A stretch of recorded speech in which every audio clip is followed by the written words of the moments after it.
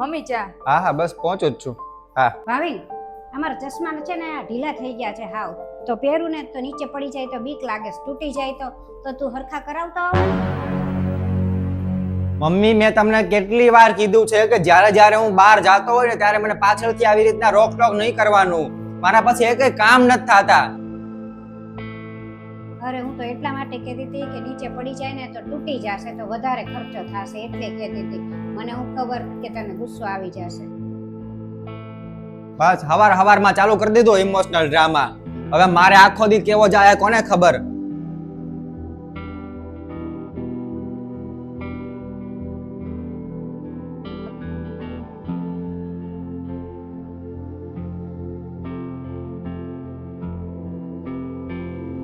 મનીષા એક ગ્લાસ પાણી આપજે ને.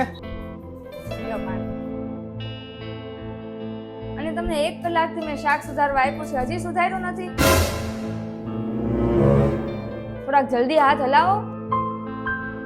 શું કરો છો તમે? એકલી મફતની રોટલી ખાવીશ બેઠા બેઠા. મનીષા આ કઈ રીતે વાત કરે છો મમ્મી યારે? આ તમે ખોટું શું કીધું, સાચું તો કીધું. આખો દિવસ તો બેઠા રહે છે. હું કઈ નોકરાણી છું તેને નાસ્તો અને જમવાનું આપ્યા જ રાખું?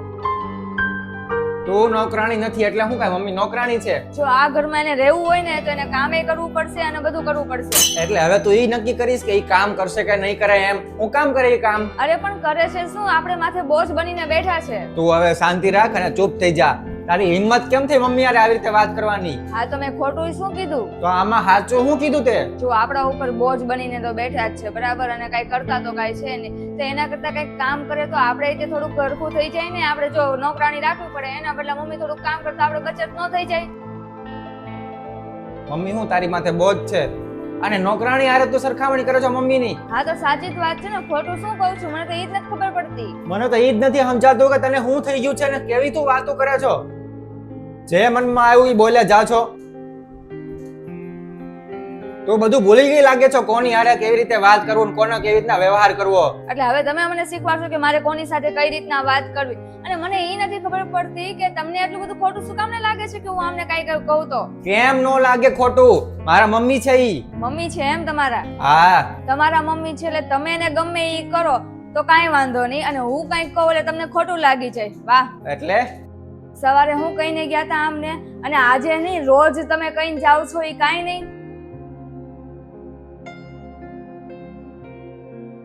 શું કીધું તું તમને સવારે? એને ખાલી ચશ્માનું જ કીધું તું ને, તો એટલો હક નથી એને બોલવાનો? એમાં કઈ એને ખોટું કીધું તું? તમે એનો છોકરો જ છો ને, તો એ તમને નો કે તો કોને કે? અને આટલી એવી નાની વાતમાં તમે કેટલું સંભળાવીને વયા ગયા. અને આ આજનું નથી, આ તો રોજનું છે. એમને શું ખોટું ન લાગે? ઈ માણસ જ છે ને, મમ્મી માણસ ન હોય? ઈ તમને પ્રેમ કરે, ઈ તમારું ધ્યાન રાખે, તમારી નાની મોટી વાતોને નજરઅંદાજ કરે, તો એને હું ખોટું નહીં લાગતું હોય? એને ઈ માણસ નથી? મમ્મી તમને કઈ કહી દે તો તમને ખોટું લાગી જાય છે. હું કઈક કહું તોય તમારું મોઢું ચડી જાય છે ને કહો છો કે આવી રીતના તું મારી સાથે કઈ રીતના વાત કરી શક? તો તમે જે વાત કરો છો તો એને ખોટું નહીં લાગતું હોય? તમે જ કહો છો ને કે હું અહીંયા જે કઈ છું ઈ એમના લીધે જ છું, અને તમારા પપ્પા નહોતા તો તમને આટલા બધા મોટા કર્યા, ભણાવ્યા ગણાવ્યા, નોકરી લગાવ્યા, એ બધું મમ્મીના લીધે જ થયું છે. અને આ બધું તમે જ કહો છો ને કે જે કઈ હું અહીંયા અત્યારે છું ઈ મારા મમ્મીના લીધે જ છું. તો આ કઈ વાત કરવાની તમારી રીત છે? જેમ આપણને ખોટું લાગે છે ને એમ મમ્મીને ખોટું લાગે છે. અને આખો દિવસ મમ્મી પૂછતા હોય છે કે મારો છોકરો આવ્યો કે નહીં, એ જમ્યો કે નહીં, એને તે ટિફિન આપ્યું કે નહીં. કેટલો બધો પ્રેમ કરે છે, અને તમને તો 1% વેલ્યુ નથી.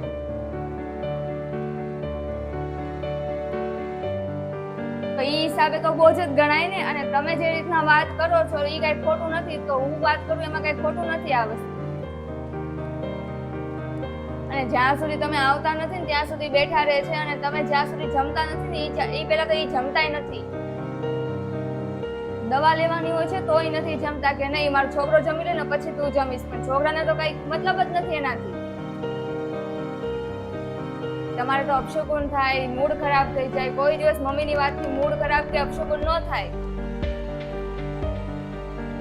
પહેલા તમે વાત કરતા શીખી જાઓ, પછી મને શિખામણ આપજો. એટલે તે આ બધું મને સબક શીખવાડવા માટે નાટક કર્યું હતું. હા તો હું કઈ હું મમ્મી સાથે આવી રીતના વાત કરું છું? અને તમારું તો રોજનું થયું હતું આ. અને તમે તો ગમે એ બોલી દેતા હતા. અરે એ મોટા છે, એને પ્રેમ અને ઇજ્જતની જરૂરત નથી. એને એમ ન થતું હોય કે મારો છોકરો આવીને મને પ્રેમથી વાત કરે? કાલ સવારે તમારા છોકરા તમારી સાથે આવી રીતના વાત કરે તો તમને કેવું લાગે? કયો તો.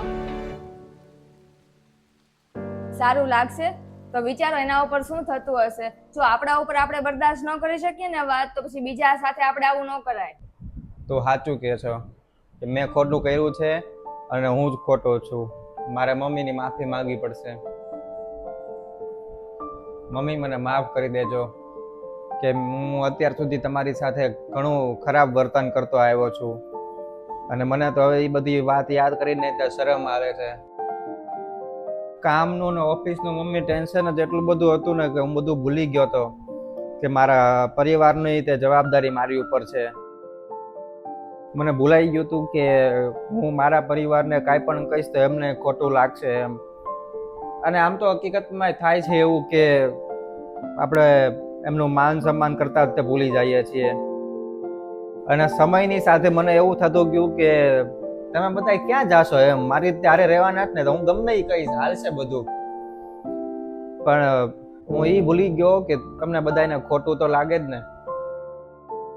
અને કદાચ હું ભૂલી ગયો કે મારું પરિવાર છે, જેમને મારે માન સન્માન આપવું જોઈએ, જેમને મારે સાચવવા જોઈએ.